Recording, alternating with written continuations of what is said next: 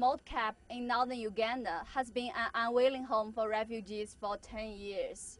All the people I talk to are anxious to go back to their home villages. But they have no money to build a new home after their return. Land is another problem for those who have been away from their homes for decades.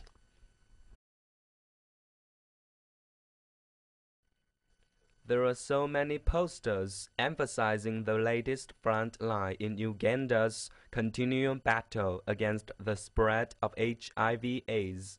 The growing practice here of cross-generational sex, where successful businessmen prey upon young girls even though many of these men have HIV/AIDS.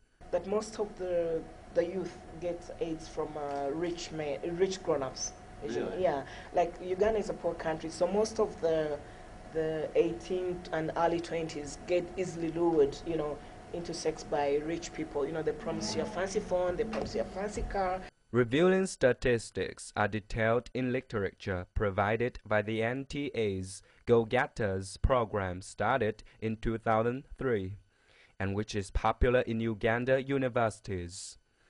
The interactive program was started in response to shocking statistics that show HIV prevalence in Uganda is 5 times higher in girls aged 15 to 19 than in boys the same age. This program aims to empower young girls with the ability to recognize their own worth, to plan for their future, and to be go-getters, aggressive and enterprising persons. This is Makerere University Business School, the top university of Uganda. Today we will meet some students to see their attitudes about HIV. What we do is to talk to them, tell them other ways they can collect money other than going with sugar daddies. They tell you that they love you. They're only doing it to get what they want, and in return which is sex. Why it's very easy for someone to get infected, because the sugar daddy would have infected the girl, and the girl will move on to another person. I'm in front of the JCRC, the place where HIV patients live. Now we will go to see the true situation of these patients. Cross-generational sex has affected many lives in Uganda. We interviewed some patients at Kampala's Joint Clinical Research Center. My first wife, but we divorced. After some times, I married the wife which I have. Then we fell in love again with that lady. With the first lady. With the first lady. Okay. That's where I got the virus. Bernard, a farmer who got HIV 18 years ago and joined health authorities as a volunteer to give HIV patients advice and hope. We give them an advice to live positively, to treat any disease which comes, to follow the instruction of the doctors. We advise them to change their behaviors, sexual behaviors, drug abuse, to see that they can live longer. Samuel, 35, said he became infected with HIV in 1991 when he was a university student. His girlfriend gave birth to a boy for him in 1992, but the boy was alive for only 10 months. Unprotected or protected? Unprotected sex. Mother started becoming sick every day, coughing, whatever. At last, she died.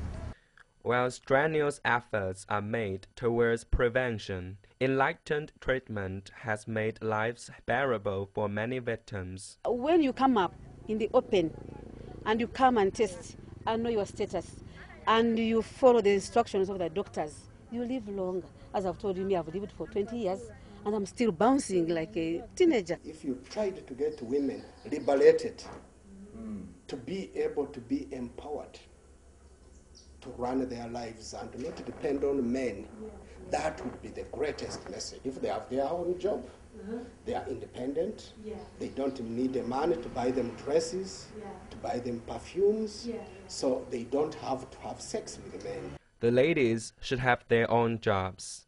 In this way, they will be more independent. In order to solve the sugar daddy problem, the government should also do something to enhance the women's status. 500 years ago, the criminal slave trade began spreading from the west coast of Africa. Slaveholders built countless bastions in the coastline to jack and sell slaves. In the coastline of Ghana, which is 500 kilometers long, there were more than 30 slave bastions, small or big, among of which the Bastion Elmina is the biggest, earliest built, and best preserved. It is the evidence of colonialists plundering Africa. According to the incomplete statistics, during the 500 years, the loss of population of African countries caused by slave trade had reached as many as 150 million. Along with the passing of history, the slave trade has already been non-existent. However, it is deplorable that people trafficking, especially the trafficking of young women and children, is still taking place in many African countries. In Ghana, child trafficking is principally rooted to a long-lasting tradition and culture, where parents send their children to relatives for their upbringing, training, and development with the conviction.